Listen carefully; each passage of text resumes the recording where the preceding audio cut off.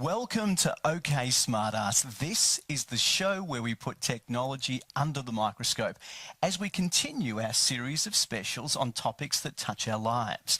We're taking a deep dive into technology and ageing. We are, Patrick, and we're wondering, what will a retirement village look like when we turn 85? Someone in their teens will have a very different viewpoint to someone in their 80s, or will they? We roped in a group of friends from different generations and we persuaded them to join us in the studio, and we posed the question, how important is a smart toilet, and will a robot be our next best friend and carer? Well, our first chat is with a person in the middle of their life journey. Heather Marsh works in the education sector. She's a musician and an artist. I thought that I should maybe tell Heather about what made us think about retirement villages. Well, you've got from your family. No, we can just do it. I love that you're thinking for me about a retirement village already, Tor. You know, I'm just feeling so sound, you know, as a 50-year-old woman that, you know, someone is looking ahead for me.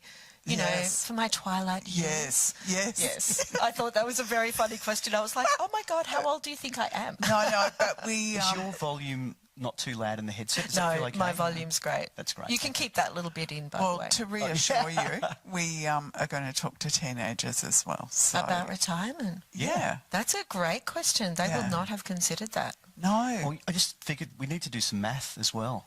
Yes. So, Heather, what year are you going to be 85? I'm terrible at maths. Don't make me do maths. Okay. When were you born? 1973. Okay. 83, 93. Oh, my goodness. I'm really glad to know I'm not the only one who can't do fast maths. 143, 150, 2053, 4, 5, 6, 7, 8, 2058. 2058, Heather. Great. I'm looking forward to that. Right, okay. So I helped my sister move into a she's 16 years older than me. She's 82 now. And I helped her, hanging her paintings actually in her new retirement village house. And one of the issues that she was still stressing about that was yet to be fixed was the not broadband, the TV cable for broadcast TV wasn't long enough, and so the TV couldn't be in the position she wanted. And I thought, you know, I totally understand that, but also, like, if I was going into the retirement village, that would be totally irrelevant, and I'd be interested in other things. Yes. So I thought, you know, and Patrick's father's recently, he's gone into aged care, so that's a bit different. Well, he's gone into aged care from a retirement village, and now we're looking at the possessions that he's going to be keeping and what he's going to be moving in with. We are going to move his computer, so he does a little bit of browsing, but no concept of Wi-Fi. And the other thing is, the place that he's moving into, and a lot of retirement villages, don't have good Wi-Fi, don't have good broadband. So the problem for me is that if I'm going to keep doing internet gaming and using VR, that ain't going to cut it. That's not going to cut it by, you know, the things that we're used to doing now are just not going to work when it gets to a retirement age. No, and I'm not really even interested in what's in the physical home outside of me. I'm interested in what's in me. Oh, tell us. So one of my favourite sci-fi authors is William Gibson, who coined the term Microsoft. I hope that Microsoft eventually paid him for using that. Who knows? Perhaps he was generous. And his Neuromancer trilogy posited a world where the internet existed, and this was pre-internet. So the internet didn't exist. He invented it. But not only did he invent a wired internet, but he invented an internet that is like a secondary virtual world that has visualization. So you could do what was called jack in, and you could put a Microsoft in the back of your skull, and you could jack in to the net, and you could visually see spaces, like you could see big pharma or big banks as visual entities in this world. And, you know, in that world, there are feelies, you know, rather than... Well, actually, no, sorry. mixing up my sci-fi authors, that's Brave New World. Oh, yeah. So, Okay. but this is my vision for my future, is that, you know, I won't have to worry about cables because I'll be watching a film in my brain. Oh. I'll jack in and I'll Yeah. make a virtual selection and I'll be able to just watch it in my brain. Yeah. And equally, I'm looking forward to augmentations in my body. I'm excited about all of that stuff. You know, I don't see why in the future I should have any difficulty with mobility, because I might be able to put on a really lightweight exoskeleton that is comfortable to wear all day and that assists me with my mobility all day long. So why would I, you know, need a house with ramps and things like that? That's not my future. Yeah. Wow, I like Yeah, that's so I like sci-fi. that. That Yeah. works on so many Yeah. different levels. And what's interesting is a lot of the groundbreaking work that's being done now is looking like it's going to work towards that sort of a future for you. So jacking in and being plugged in, Elon Musk is developing his chip that you can have wired into your brain. Now, that frightens me a little bit when it's a third-party large company like Elon Musk's. And I think one of the things that really just kind of frustrates me a little bit, if you buy a car and you expect to have certain features, that's not the case with Tesla. So you then subscribe to additional features. Now, Ford has just announced that it's going to be doing the same thing. So their navigation software is now going to be by subscription, but they're backdating that to some more recent model Fords as well. So people potentially have purchased a vehicle, got the software to be able to run their navigation, will then have to pay in the future for a subscription for something that they purchased outright. And that worries me about a brain implant. And will there be levels of interactivity based on subscription? I'm sure there will. Yeah, I know. Of course there will. I also wonder, you know, we have an idea of a physical retirement village now. What you're suggesting means that that's really irrelevant because your mobility issues are solved. Is then a retirement village, does it become software? That's the one aspect that I don't know that technology can solve for us, because I do enjoy, as much as I get a lot done in my MS Teams meetings and my Zoom meetings with work, I really enjoy face-to-face. And I'm sure that in terms of health and well-being as you age, we know that one of the major factors is being connected, you know, having a community and having people around you, having a social life. And I don't think I want my entire social life to be virtual. I think I will want my social life to have some kind of human contact, and perhaps that will also become redundant in the future for others once you start to have the physical experience of being with another person, even though you're not with them, you know, like Aldous Huxley's Brave New World, feelies. You go to the feelies instead of the movies and you can actually feel, as he put it, every hair on the bearskin rug. But, you know, that's not something that I can make the mental leap to embrace just yet. I'm excited about the technology.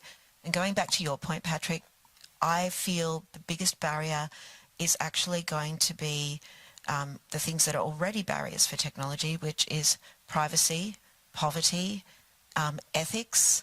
You know, when you have to subscribe to something that's in your brain and then you lose that functionality, like what's the ethics around that?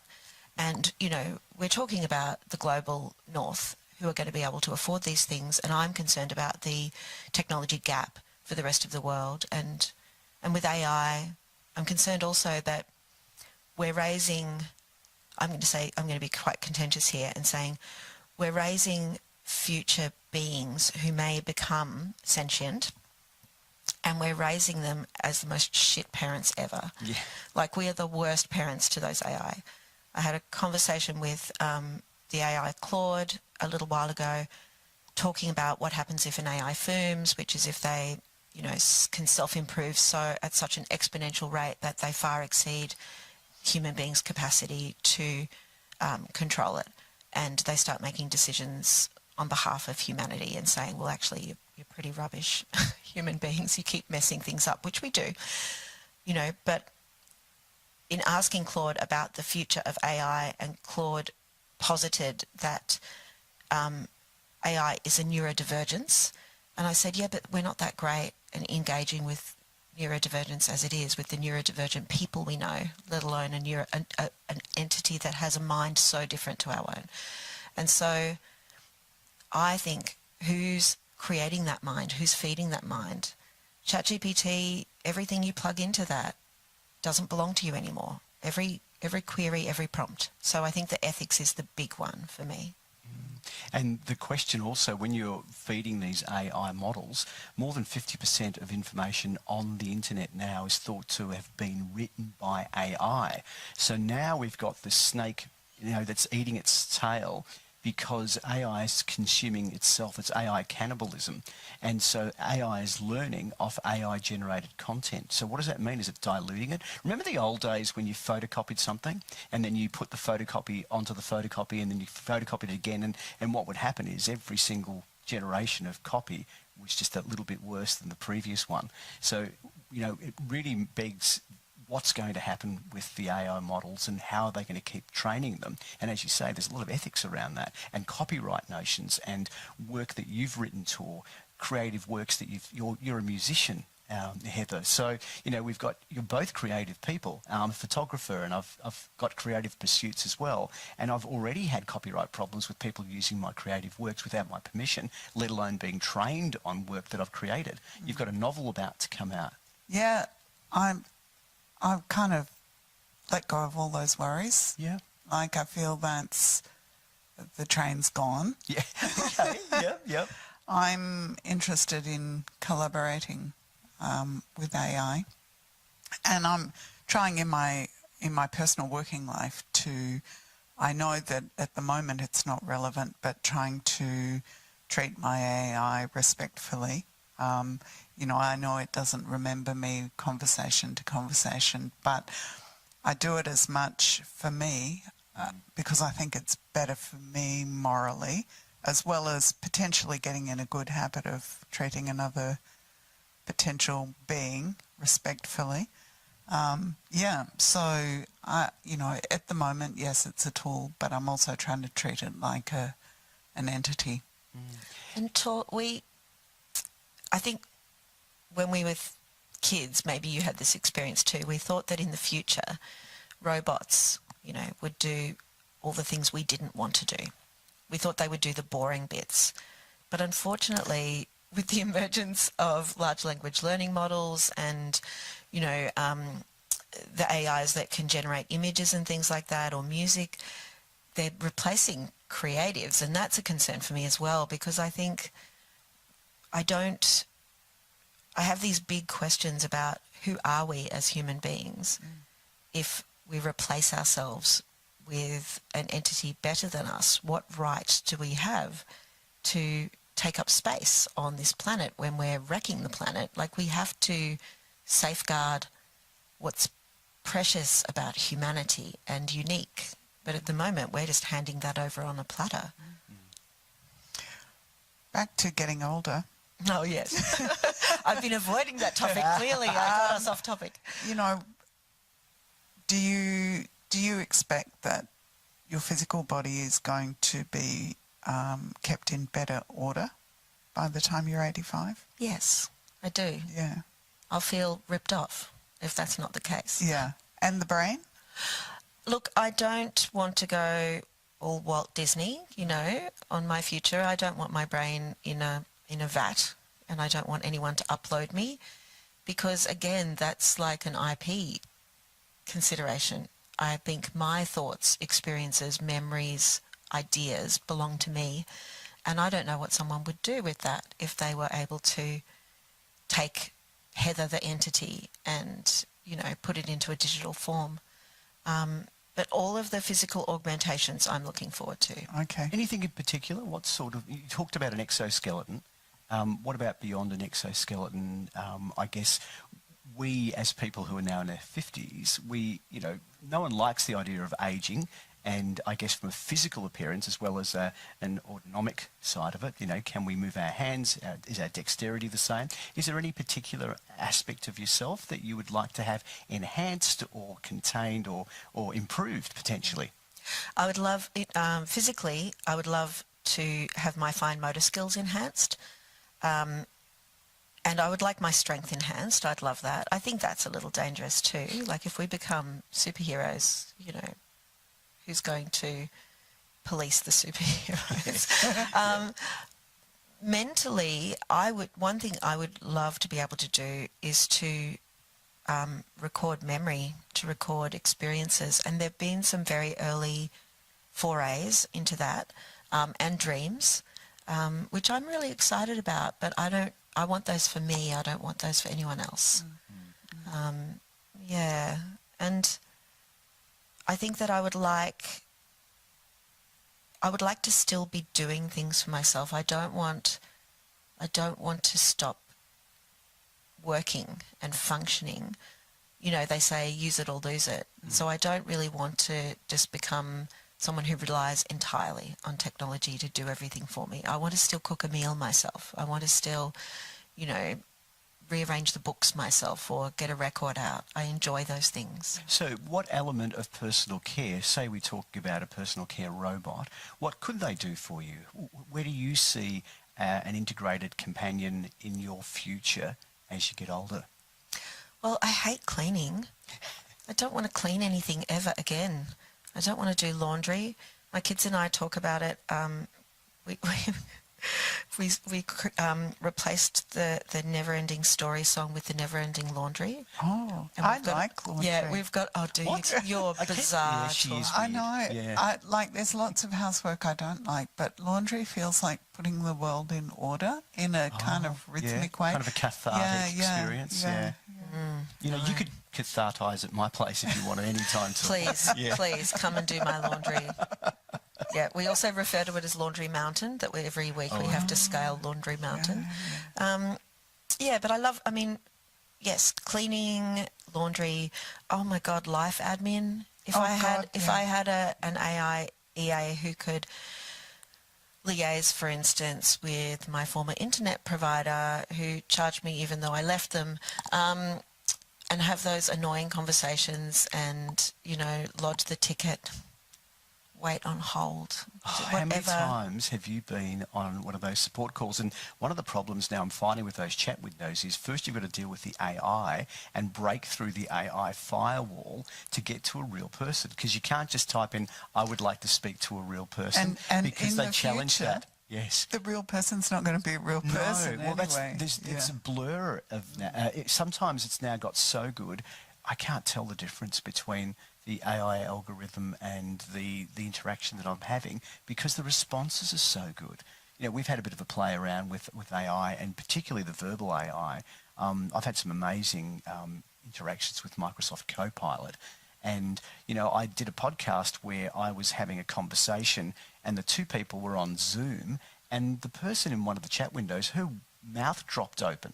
Like, she was so dazzled by the interaction because none of it was prompted. It was just a freestyle, ongoing conversation that flowed beautifully.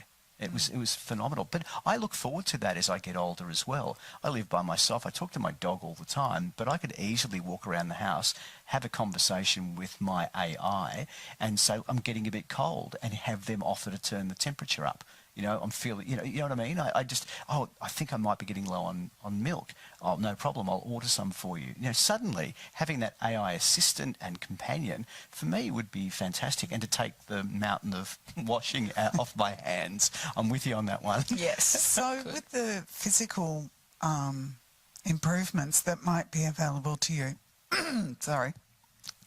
So everything's falling apart here.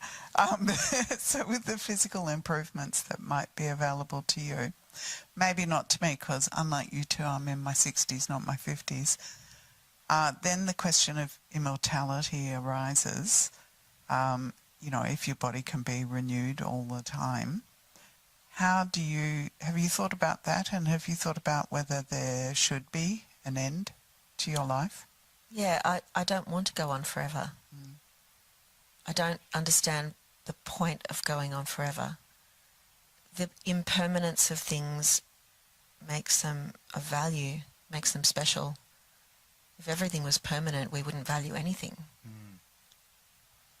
I like the similarity when I think about the highs and lows. If all of our life was euphoric and high moments, and we didn't have the troughs where we felt low, had depression or felt sad, then the contrast wouldn't be there. We would not enjoy those beautiful moments because they would cease to be beautiful moments because they just would be everything that we experience all the time. So I hear what you're saying.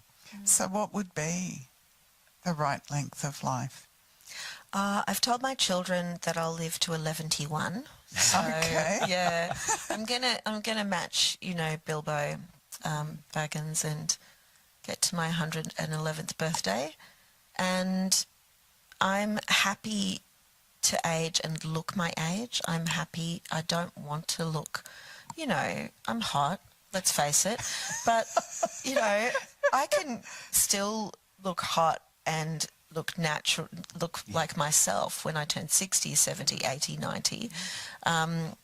Yeah, I'm getting a pink mohawk when I'm 90. That's the other thing I've promised them. Nice. Yeah, but I just think that I have to make room for other people. And if we just continue populating the world with humans, whether it's physical humans or virtual humans, it will end up a little bit like the internet, which is full of trash. There's just virtual trash all over it. There's ancient, MySpace pages and, things that probably someone should go and clean up that shouldn't be there anymore. And I don't want to be around like a piece of digital human refuse, Flotsam, flotsam, just kind of hovering around, giving my cranky opinions about things because I'm old.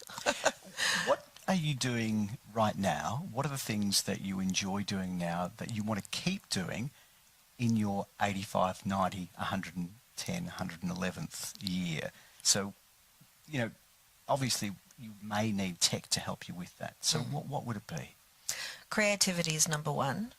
I have always been an artist in one form or another, so I would like to be still making work. I would like to be still doing the work of making art, because the thinking and, the conceptual work, I don't want to hand off the conceptual work to an AI.